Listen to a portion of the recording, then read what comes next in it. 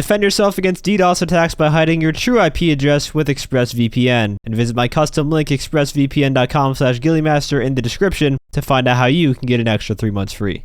A week ago, I uploaded a video titled Why You Need the Musket in GTA Online, showcasing its strong abilities to be able to one-shot Oppressor Mk users as they fly by if you combine it with BST. Today's video is going to be an extended look at the Oppressor Skeet Shooting strategy, going over more weapons that can be used like the Musket can, how to deal with the favorite bike bonus damage resistance, and the pros and cons of each.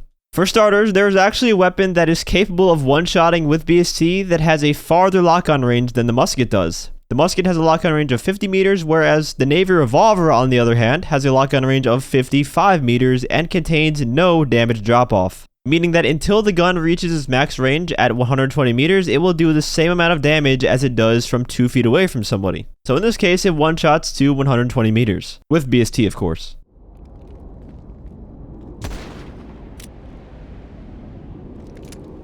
And since the lock-on range is farther than even the Musket is, well, this is just a bit more range that you'll be able to lock on to the flying pests and take them out if for whatever reason the Musket isn't working out for you or if they're staying a bit farther away than usual. As for the other pistols capable of one-shotting with BST, the Marksman pistol, Preco pistol, and Heavy Revolver Mark II, those will all work. However, they sport a lock-on range of 45 meters, so you're better off using the Navy Revolver if you're going to use a pistol to take them out.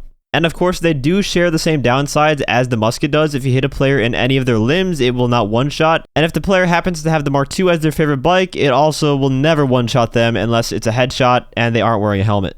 Enter the Revolver Mark II. If you put on hollow point rounds, these will increase the base damage of the weapon to anyone not wearing armor, and this damage stacks with BST, so if you go up against a favorite bike Mark II player, this will still one-shot them straight through that damage resistance. Alternatively, if you find yourself hitting limbs a lot of the time on players, this will one-shot players to any part of their body. The only exception is if you hit a limb while they're on their favorite bike, then they're left with a tiny bit of health left because of that damage resistance. The other downside to using the Revolver Mark II with hollow point though is obviously the reduced lock-on range. Instead of 50 or 55 like you get with the Musket and Navy Revolver, you get 45 meter lock-on range. But you are trading that little extra lock-on range for extra damage, so it's kind of worth it in my opinion for certain situations. And it's also going to depend a lot on how the Mark II user plays. Do they stay far away or do they get close for you to be able to hollow point them with the Revolver? Now here are a few trial runs my friend Ender and I did using both of the Revolvers.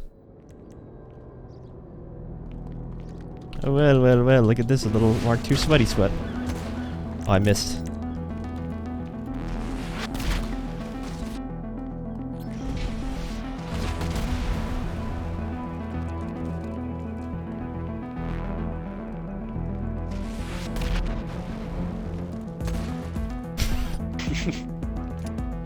It's even better, it's even longer range than the Musket is. Oh my god. Oh my god. That one is far, dude. You were gone.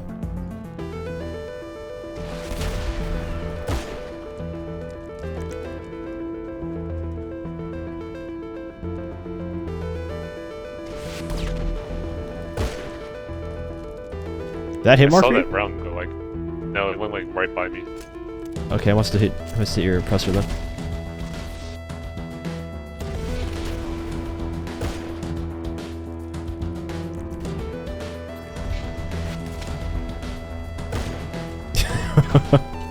Jesus.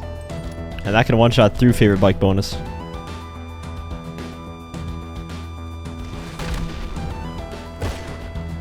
Ooh, that went right by me as well.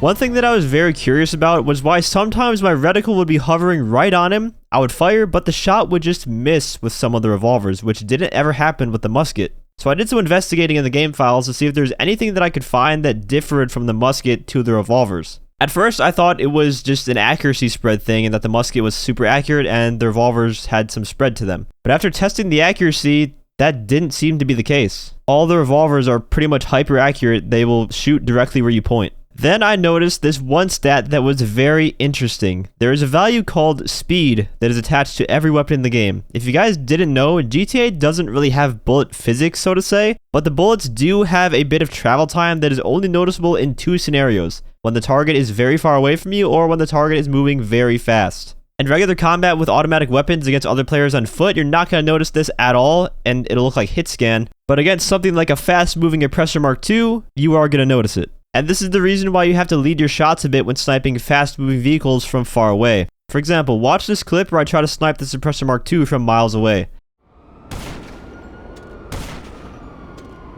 I have to shoot way ahead of his travel path to give it time to get to him at the perfect moment. Unfortunately, I did hit marker him, but you get the idea. How it correlates to this video though is that the speed value controls how fast the bullet is. For sniper rifles, those being the Heavy Sniper Mk, Sniper Rifle, and Marksman Rifle, the speed value is set to 5,000. The musket also matches this and has a speed value of 5,000. And at this value, and at the range we are shooting oppressors at with the musket, the weapons are essentially hit scan even with the Mk2's rapid agility. You're not going to have to lead the target because the bullet is fast enough to still be hit scan. Every other weapon, however, has a speed value of 2,000, which is less than half the speed of the snipers and the musket. So for those times that I missed the target with the revolver, despite the reticle being directly on the target, the bullet is most likely just missing right behind him. I mentioned the Marksman Rifle earlier, and if you take the sniper scope off in favor of one of the other sights, the Marksman Rifle does become a lock-on sniper too with the same lock-on range of the musket, so you can use this with BST to get a 2-tap on an Oppressor Mk2 as they fly by trying to take you out as well. If it is their favorite bike, it's going to take you 3 shots to kill them, but if the hollow point revolver isn't working, this is probably your second best option instead of the musket because you can still get off 3 rapid shots with the Marksman Rifle before you can get off 2 with the musket, which makes killing them in one pass still very much possible. And I did try to find ways to bypass the favorite bike bonus with the Marksman Rifle. Right here we have Incendiary Rounds, and even with both rounds setting them on fire, it still left him with just a sliver of health left, which means it's going to be a 3-shot kill. I suppose you could use armor-piercing rounds and just aim for the head and it will still one-shot them no matter what, or if the Mk2 rider is spamming armor, then armor-piercing rounds would also be a good choice here no matter what.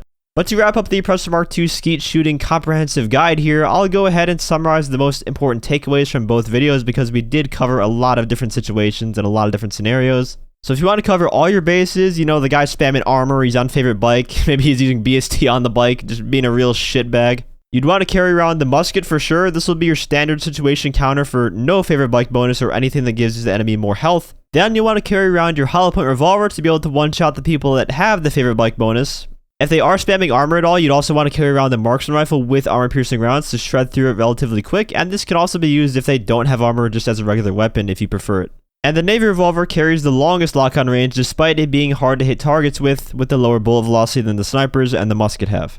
And that is pretty much everything you need to know about this strategy. I know the Mk2 nerf is coming soon, but since I'm guessing it's still going to remain pretty strong against people on foot, this is still going to be very important to know. If you enjoyed the video or found it helpful, feel free to leave a like, as well as subscribe to my channel for more GTA Online content. I want to give a huge shout out to all my channel members for your support. If you'd like to become a member for some exclusive perks, you can either use the join button or the link that's down in the description.